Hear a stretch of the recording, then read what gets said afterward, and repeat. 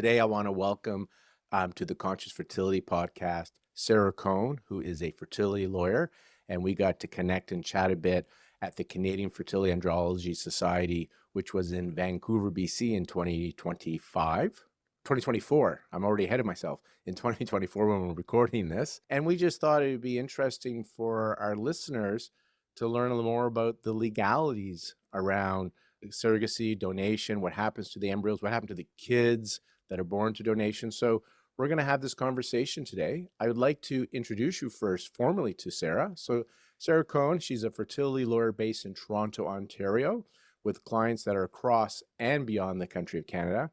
She regularly acts for intended parents, surrogates, donors, cryobanks, hospitals, distributors, and fertility clinics on a wide range of fertility law issues. She sits on the ethics committee of one of Canada's preeminent clinics and is the VP of the Canadian Fertility and Andrology Society.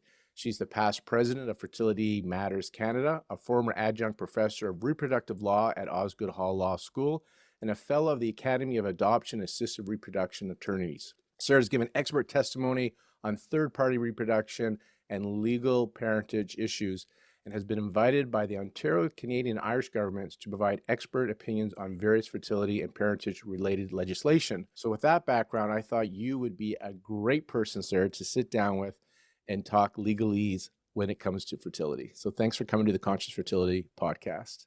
Thanks so much for having me. I'm thrilled to be here. So for somebody who's in law, not most lawyers don't specialize in fertility. So I'm just curious, how did you come to specialize in this area when it comes to law?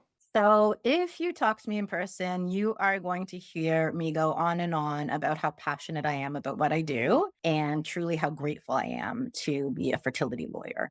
And like you said, there's really few of us. It's a niche area. Most people I talk to, including lawyers, don't really know what it is to be a fertility law lawyer. So I have to explain it to them.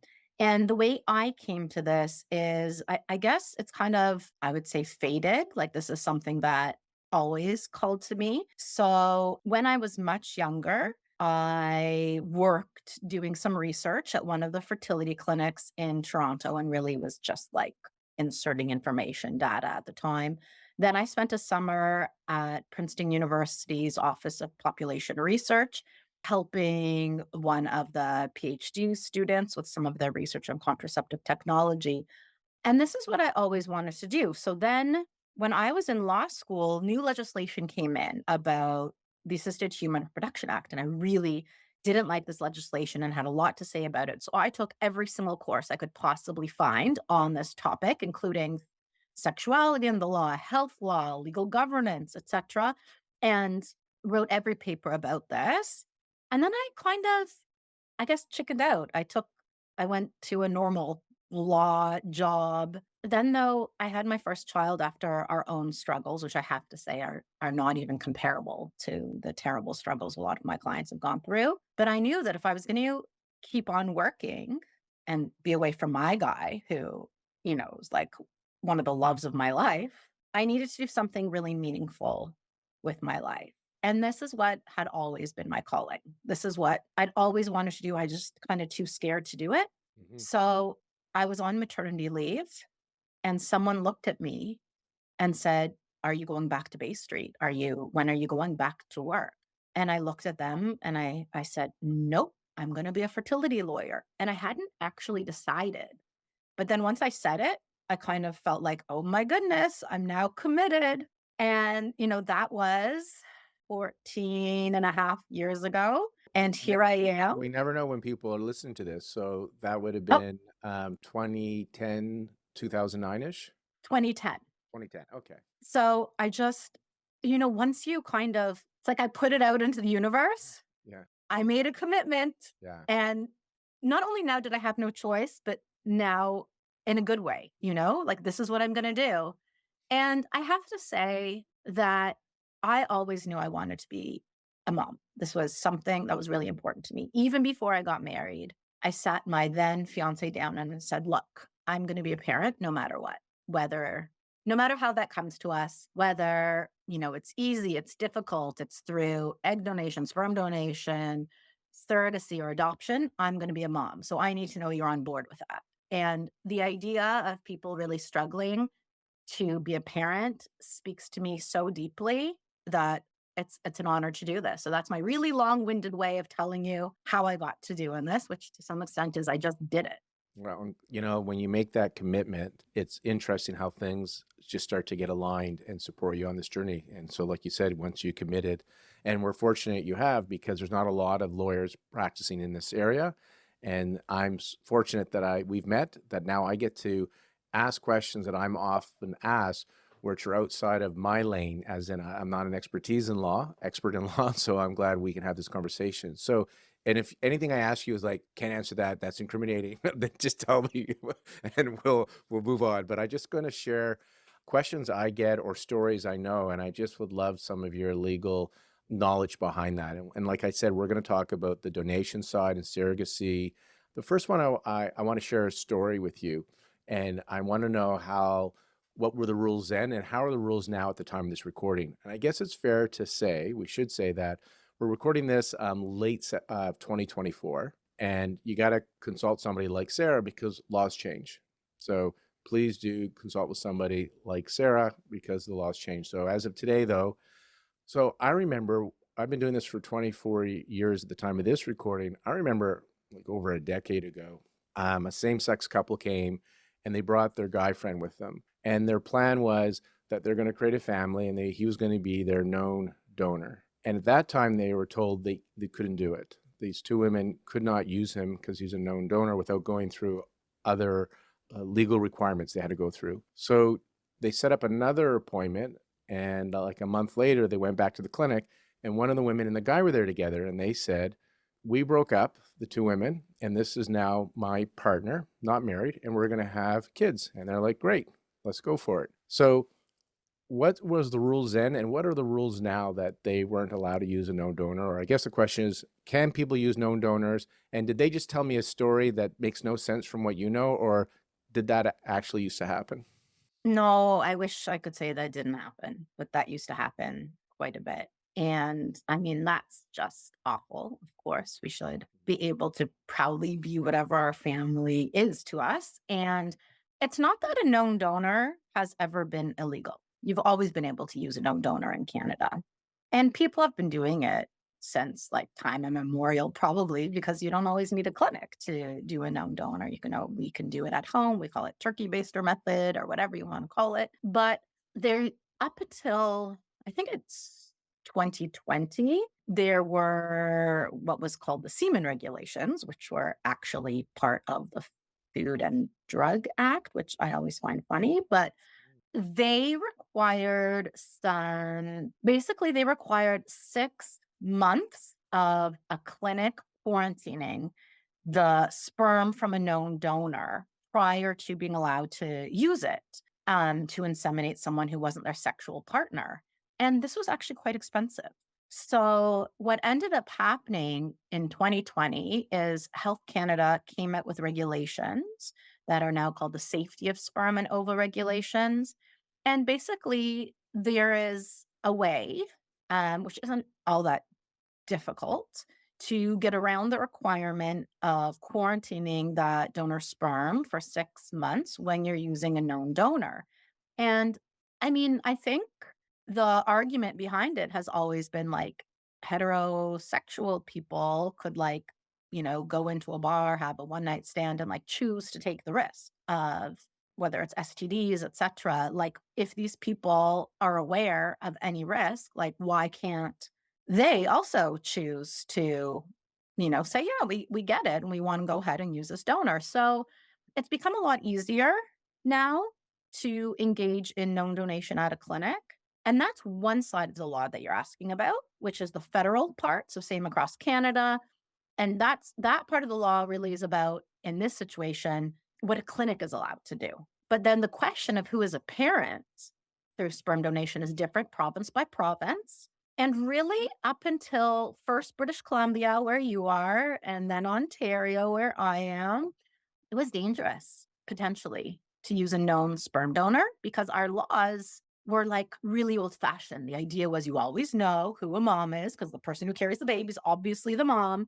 And the dad, though, has always been like We assume it's her partner, but genetic testing could get around it in case she'd gone outside of her marriage from an old-fashioned perspective. So that genetic link from a person giving sperm to the baby is what, at the end of the day, made someone the parent. And this was a problem because, surprise, surprise, it was the sperm donors who came back and sometimes said, I actually want that kid. I didn't think I did, but I want to be a parent too.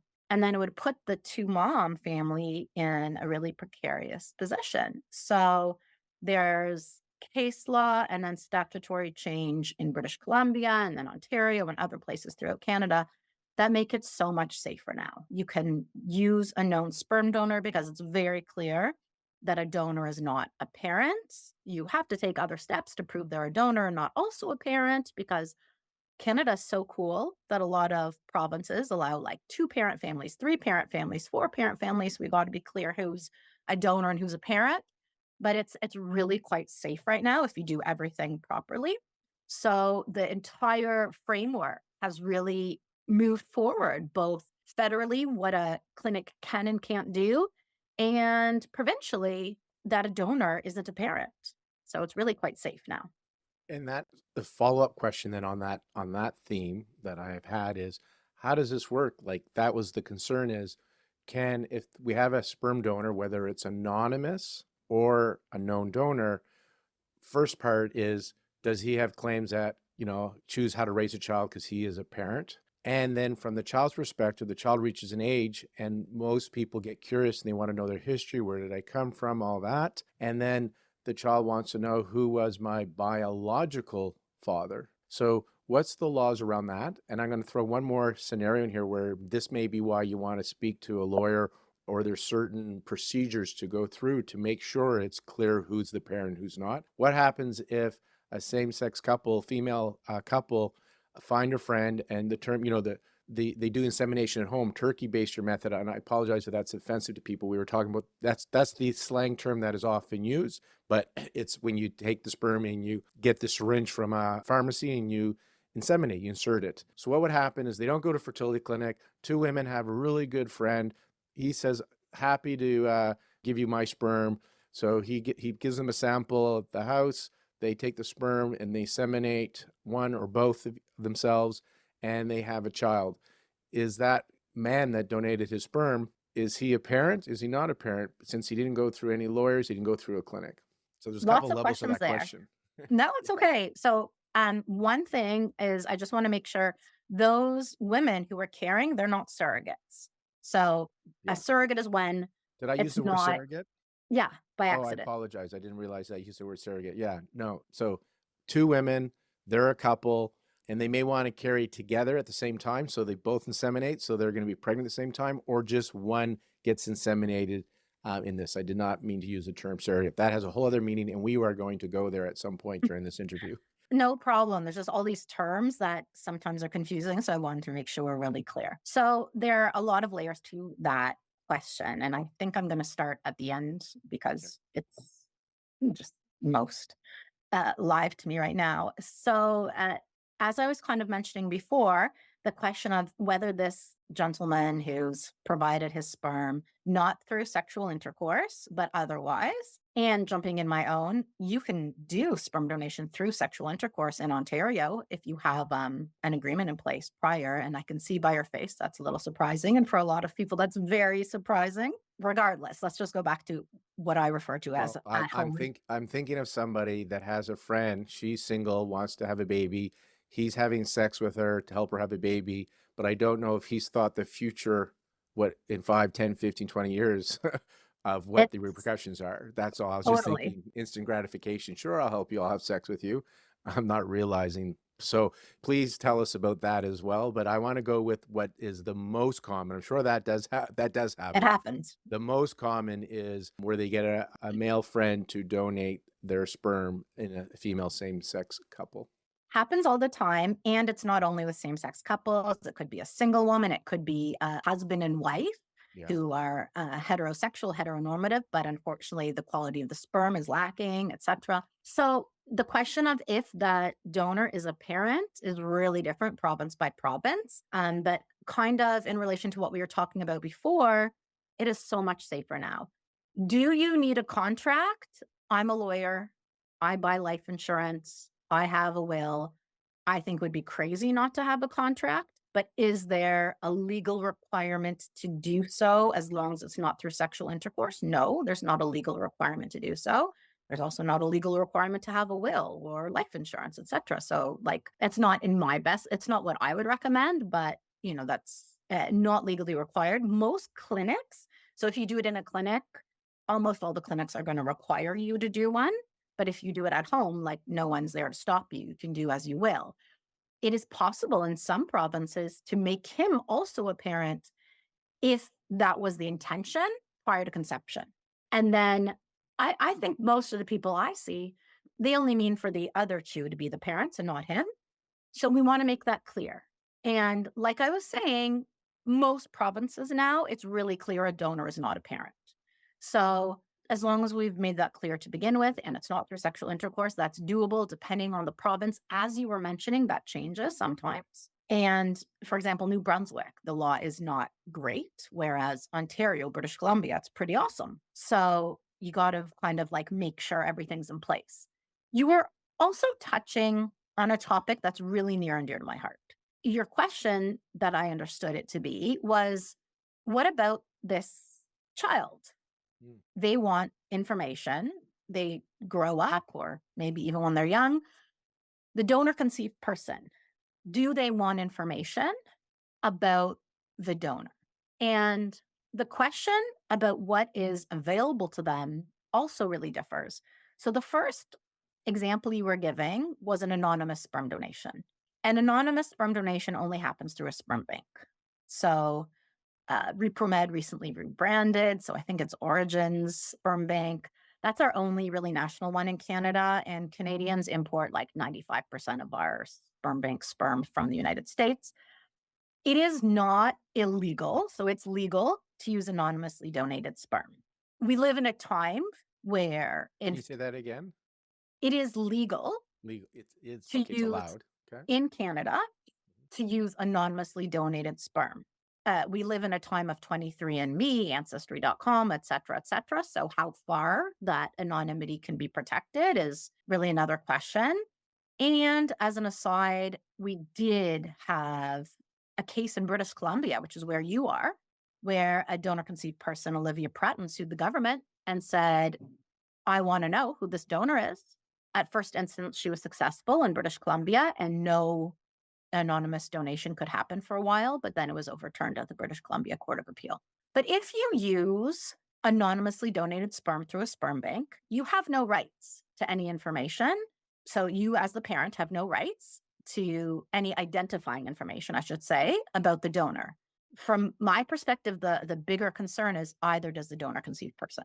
So they don't have any rights to this information. And we know that although some donor conceived people really like, it's not a big deal to them who the donor is, there's others who really, really care. And to not have access to that information could be really problematic.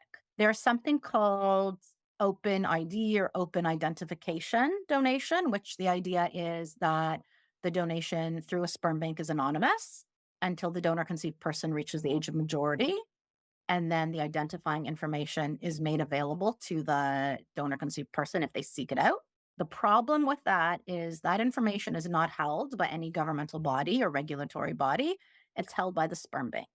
And what happens if the sperm bank closes, et cetera, loses track of this person? That information is no longer available to the donor conceived person.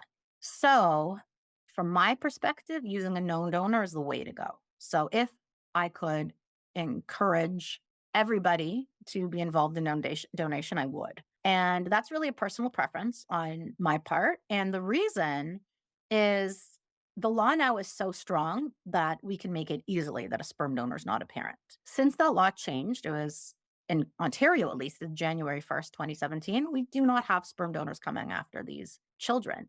But to have the identifying information of the donor and to be able contractually obligate him to share updating information about his health, his siblings, his parents, his children, if he donates in the future to someone else, to be able to track any of his kids to make sure his kids aren't having sexual intercourse with your kids, I think that's really wise. The donor conceived person might never want that information, but as a parent, I would want to be the repository of that information for my child if they want it. You can custom that and get which information you're legally entitled to when it's a known donor. If you're working with an anonymous or even open ID bank, you can't customize what information you're entitled to. It's whatever information the sperm bank has. And by the way, they're going to write in the contract with you things like, oh, by the way, we didn't go backwards and check the information he provided to us. So he told us he graduated from Princeton, he's mentally healthy, etc.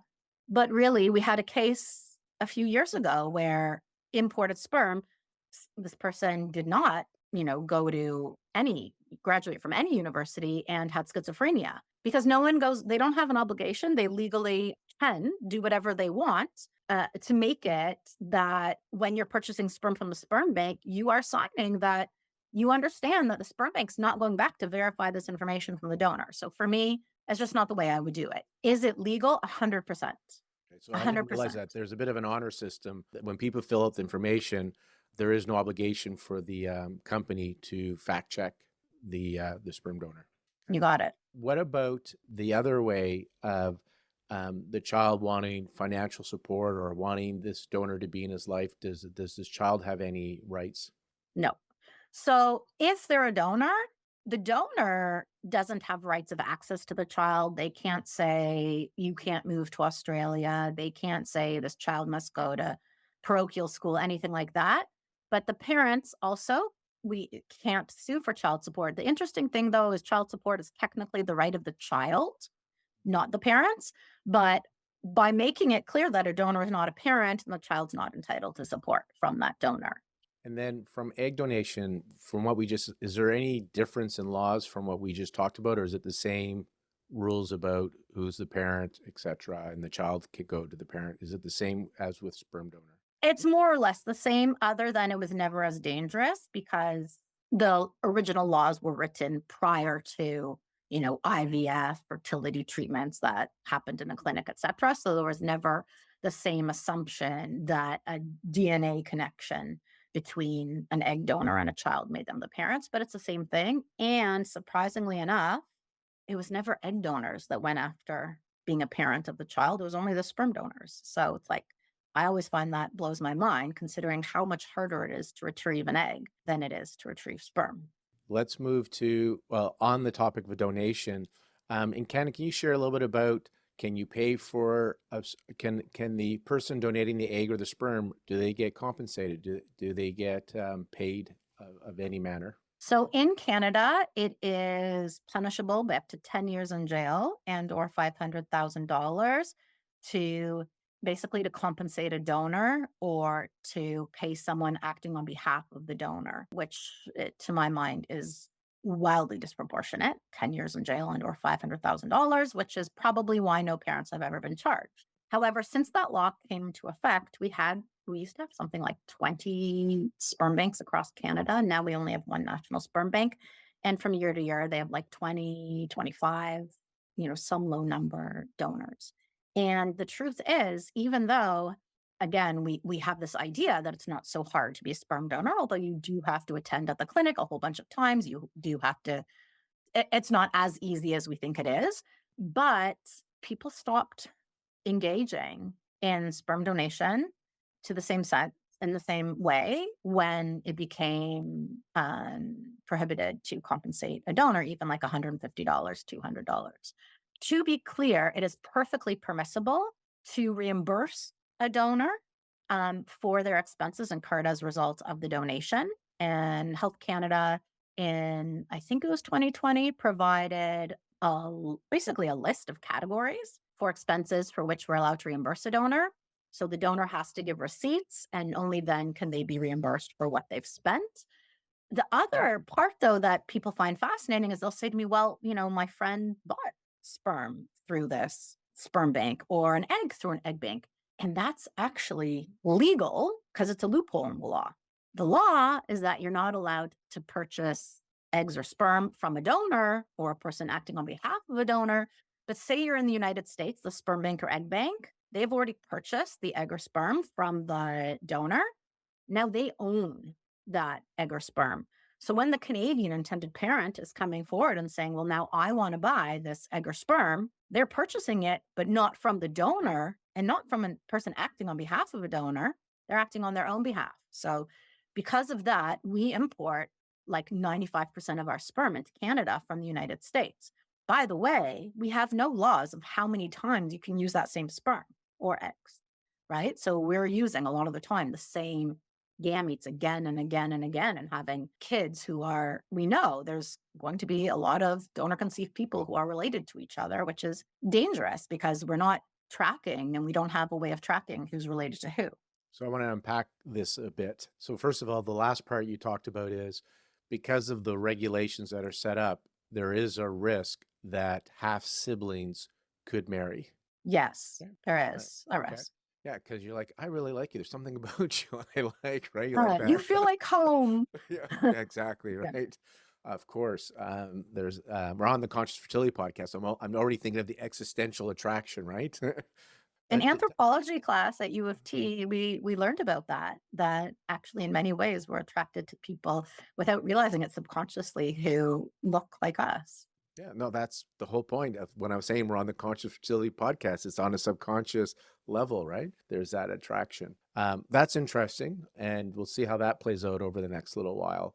The part I wanted to unpack, though, is just so in Canada, you cannot pay directly the sperm donor or egg donor in Canada, but you can pay them reimbursements, and Health Canada gives you a list of reimbursements. I think it's somewhat of a generous list, you would call it, like. Yeah. Okay. But it's not something people would do so much for the money. It's more of an altruistic thing if it's in Canada based on they're just getting really reimbursed.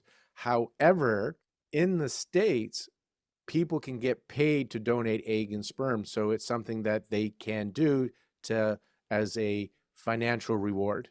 And then the loophole is the Canadians will buy from the sperm bank or egg bank.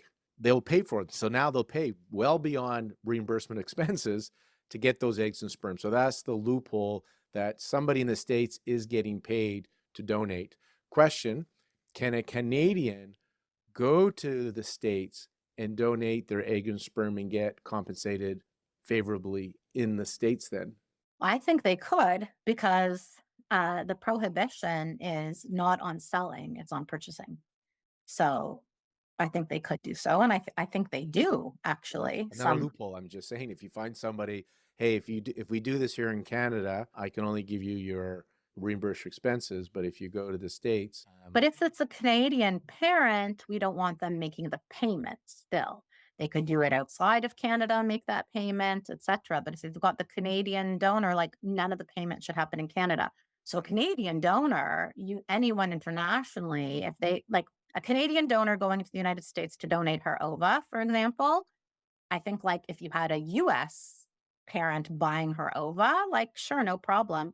And the Canadian parent could do it, to make a long story short, if it was now through a bank. But if it wasn't through a bank, the Canadian should still pay from outside of Canada, in my opinion, on a very, very strict and conservative reading of the legislation. I don't know if we missed anything on the egg and sperm donation, but if at the end, I'll ask you some of the common things that people should be aware of. I wanted to move to surrogacy. So can you explain a little bit about what is surrogacy? And then again, can you share some of the things that you want people to be aware of? Yeah, let's just go through explaining what it is, and then what are some of the legal things that people want to be aware of? So, from my perspective, surrogacy, just like gamete donation, is this really beautiful thing where people are coming together collaboratively to help someone build their family. So, surrogacy, though, is when a person who doesn't intend to be a parent of that child carries the baby on behalf of someone else. And most surrogacy, when you hear that word, we're really talking gestational surrogacy. Gestational surrogacy is where the person carrying the baby has no genetic relationship to the child. So they're using either the parent's egg or a donor egg, but not their own egg. Traditional surrogacy is when the person carrying the baby is genetically related to the baby, but doesn't intend to be a parent of the baby. And that happens quite a bit less. The law about gestational surrogacy or traditional surrogacy is actually also altruistic. So can't compensate surrogate, but you can reimburse her for her expenses. We have a different list from Health Canada about what we can reimburse her for. And again, she has to provide receipts. I would say again, in many ways, Health Canada did a great job on these regulations. I was really worried they would be a little bit less understanding of what should be reimbursed in my mind. But, it's quite generous. And I think the idea here in Canada isn't like be super strict and have just bare bones, but like let's give her a really comfortable, healthy, fulfilling pregnancy, which is obviously what we want for people. So we can reimburse quite a bit, but just like egg and sperm donation, the question of who is a parent really varies for surrogacy province by province. Best laws continue to be in British Columbia and Ontario. The next is probably like Manitoba, Saskatchewan, and PEI. The one where absolutely is a no-fly zone right now is Quebec. Please, please, please do not have your baby born through surrogacy in the province of Quebec. I know some Quebecois lawyers might feel differently if it's Quebecois intended parents, but really like subject to that, please do not do it. And then you also need to be aware that there's some provinces like Alberta where there must be a genetic connection between the parents and the child prior to engaging in surrogacy. Otherwise, you would have to adopt your baby, and you can't always adopt your baby, and you don't want to have to adopt your baby. But there's places like Ontario and BC where you don't need to have a genetic connection to the child. There's also places like where we can have more than two parents, one parent, two parents, three parents, four parents. So province by province is completely different. In all provinces, you need to have a legal agreement between the parents and the surrogate signed everything before the embryo transfer, or she's just the mom. That's all there is to it.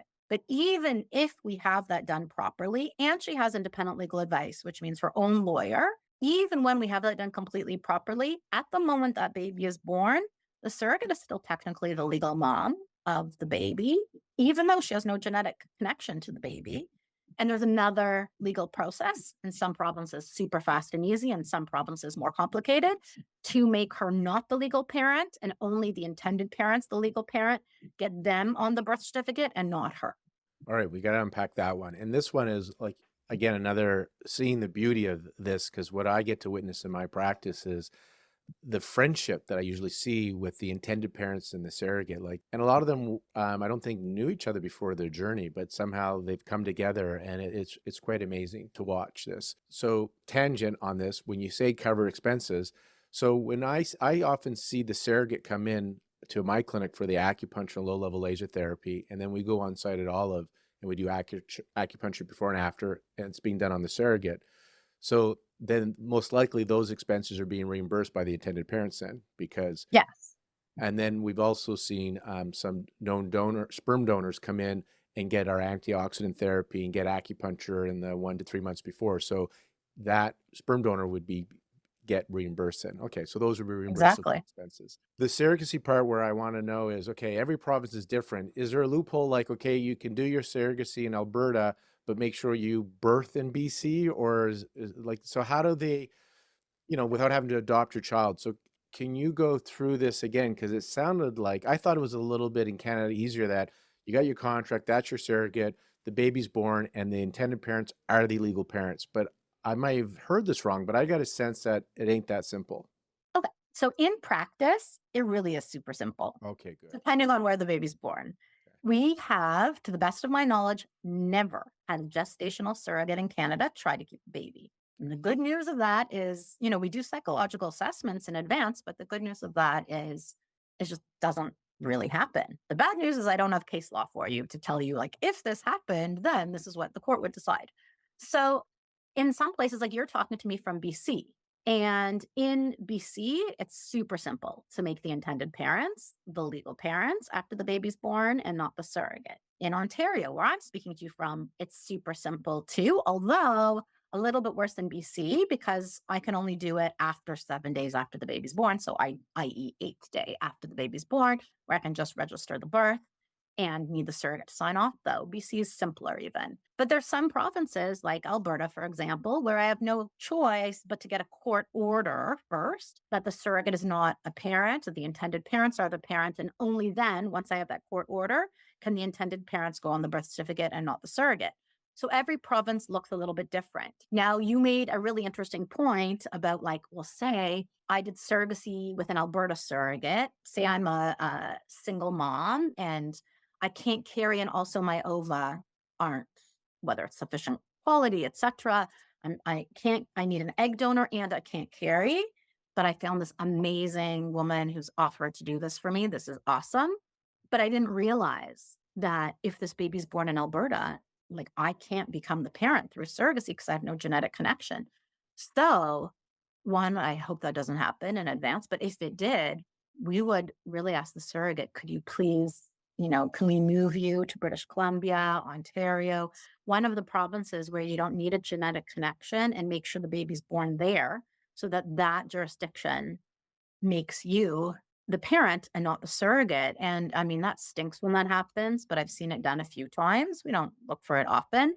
And it also becomes expensive because that cost should be on the intended parents and not on the surrogate. The idea is, I mean, you might have a sister, a friend, a cousin, a friend of a friend's friend, etc., who's caring for you. Or like, and that happens a lot, but it also happens a lot, like what you were saying, which is like people come together and it's this beautiful, beautiful thing saying, I'm going to carry for you. And the idea there is usually like, I'm so happy to do this for you, but it can't cost my family anything. And like picking up and moving over. And you have to move early enough to make sure this baby's going to be born in the right place because you're out of luck. If not, it'll be quite expensive. But yeah, we do it sometimes. There's these more and more nice long stay hotels, like where I'm in BC, have opened up, and so I see another use for them. This is where people, when they have floods and they have to move out of their house for 3 months, they Oh, go, or they're coming to work. These hotels they have kitchens and everything. Now I see another purpose for another these use. hotels in BC for the surrogates. Now we're going to talk about a couple make a lot of embryos if they're fortunate enough, and they don't need to use them all because they've had their children and they're not going to have more. And this has come up because this just happened recently where the couple were having a disagreement about doing IVF because he was concerned about what would happen to the embryos, right? And so that's the question I want to ask you. So if a couple makes embryos, they were worried that the clinic would throw them out, and that's not the case. Clinics cannot discard any embryos without the permission of, and I'm asking you this question, that's my assumption, that's what I understood, but I have you here, so I'm going to ask this. Once you have embryos in there frozen and they're in the IVF clinic, what's the ruling around that? Can the clinic discard them without the parent's permission? A hard one. Mm. So, I mean, technically, my legal answer would be subject to the fact that we don't have a case exactly on point. My best guess would be that it depends what your contract with your clinic says. So, the clinic's basically going to be like, most clinics are going to be like, we're storing this for you. You owe us storage fees, once a year. If you don't pay, we will try to contact you this method, that method, this method. If you still don't pay, by signing this and storing your embryos at our clinic, you're agreeing that we're allowed to destroy them. And that's typically what I see the agreements look like between the patients and the clinic. Will a clinic take that step and actually destroy an embryo? I haven't heard of it happening, but could it? I think legally it could, Yeah. is my guess. But if you're paying, because to get a bird's eye view, remember there's only so much space. And so they're having tanks where they're keeping these frozen embryos. And so every patient, they can't keep indefinitely with the space they have unless they get more and more space or new ways to maintain these embryos. So if you're paying, the clinics are meant to keep your embryos. And if you don't pay, there is risk that they could discard them if you're not paying. But like you say, that doesn't seem to be the issue, but you wouldn't want to risk that. The I'm other not sure, like, I definitely would pay, but I don't think I would be surprised if a clinic wrote to a patient and said, "We're out of room, so even if you are gonna pay, like, we No, I'm can't not store them saying for that. If you." you're paying, they'll find. I'm saying if they contact you a year, 2 years, and you haven't responded, they They may could. not. They could. I did not intend that, and that would be a legal case, I think, if you were paying and they're like, we didn't have room, so we discarded your embryo. Yeah, No, get we that didn't out of have your. room, so we discarded, but, like, Get that out of your head, everybody. They're not going to do that. That would No, be a no. legal case. Oh, and just to let you know, like the clinics that I see, I mean, even when they have abnormal embryos, so they've done genetic testing, the patients have to go and sign. They can't discard. They're waiting for the patients. There's a lot of consent and permission. So it seems like there's a lot of safeguards around that because people are just concerned. What are you going to do with these embryos? You know, There's tons of safeguards around them, and different as you know, different patients feel very differently about the status of embryos, what they mean to them, whether it's a religious or ethical, moral, or just personal feeling. And some people see it as reproductive tissue.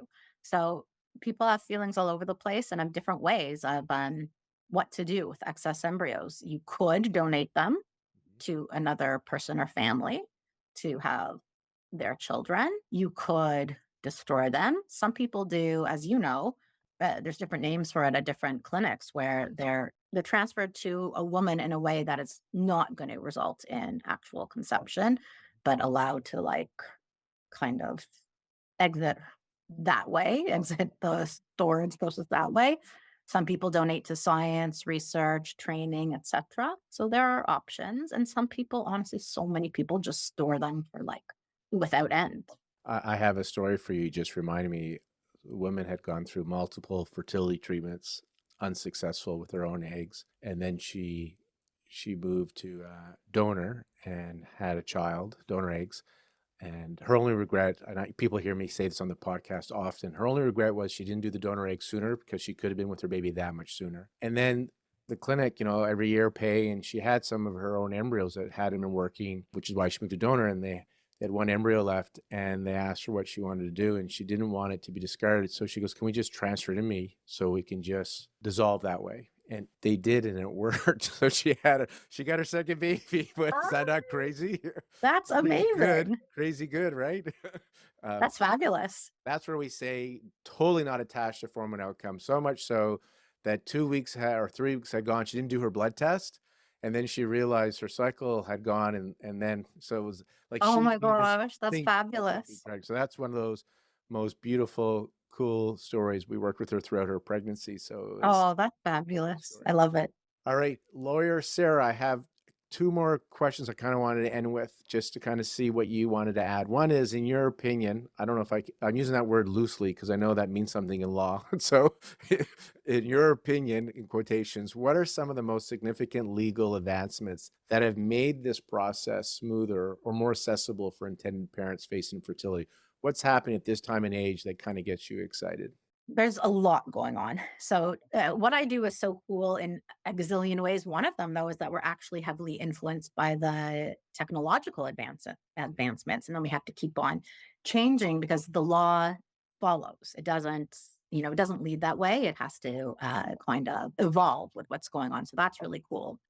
Something I'm very passionate about, as you may have noticed, is I actually believe you should not be criminalized for compensating an egg donor, a sperm donor, a surrogate. I think, in trying to ensure that we don't commodify body parts, for example, or secretions, whatever it is, and not paying a sperm donor, for example, $200, we're no longer doing most of our sperm donation in Canada.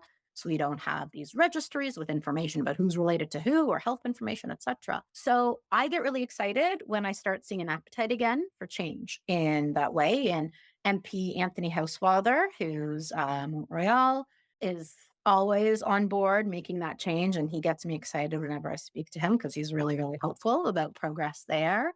And then as I've been doing this for more and more time, it's just easier being recognized legally, especially parents through surrogacy. It's so much easier. But also, one of the best things is just the stigma is, I'm not going to say it's not there at all, but it's so, so minimal compared to what it was.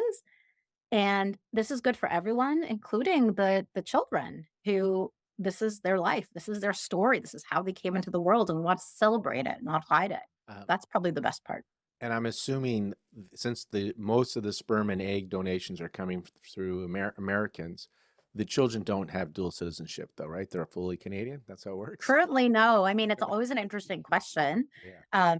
I haven't seen anyone actually challenge that, but it's an interesting Right. question. Well, it goes with they're not the parent, so just good break in ties there. And then for intended parents who might be overwhelmed by the legal aspects of this reproductive technology, right? What advice can you offer to help them feel a little bit more empowered and informed as they start this journey? So there's a few things. One of them is if you're involved in third party reproduction, you are going to need a lawyer at some point. So I know I offer free consultations, but I'm sure a bunch of the other fertility lawyers do too. I don't know who does and doesn't, but I'd really recommend you speak with a lawyer right at the beginning. And the reason is you don't want to go partway through something and find out either you did something illegally or we can't make you the parent, et cetera, et cetera. So this is one of the important pieces of the puzzle that you really need to understand before you get going. So please, please do that. And then in terms of being empowered, it really depends who I'm speaking to. For example, I work with a lot of gay dads. And for them, this is like the most amazing thing that this is an opportunity for them to have a big EB that really wouldn't have been available to them before. But sometimes for moms in particular who've gone through a lot, this can actually be painful. And I think you need to understand that this not only is it a collaborative journey with you and a surrogate or whoever else is helping you, but it also has to be a collaborative journey with your lawyer, a psychologist, etc. Because we want to get you into the place where you can feel really that this is a thing of beauty and gratitude and coming together. And when you can do that, everything really starts falling into place and we can help you. Lots of preconception. So we see so many people to help optimize the egg and sperm quality and uterine receptivity leading into either an egg retrieval or a frozen transfer. And now there's another thing to bring into it is the legal aspects. So also include that in advance. So I'm really glad to have found you, Sarah, and to share you as a resource. And I think I heard that you're able to get a discovery call in with Sarah. Again, that probably has a totally different meaning for the legal people, but to find out if it's the right fit to have those questions before they fully engage you, you have that opportunity where they can have that. Yeah, it's my pleasure. I could talk about this all day in case you didn't notice. I love this. I love this work.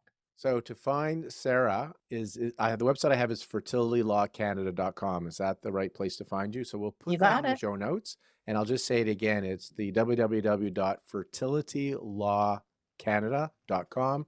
And just as we got ready to do our interview today, it was when you had been appointed the vice president of the Canadian Fertility Andrology Society, CFAS. So again, congratulations on that Thank appointment. you. Thanks so much. All right. Thank you. And thank you guys for listening to the Conscious Fertility Podcast.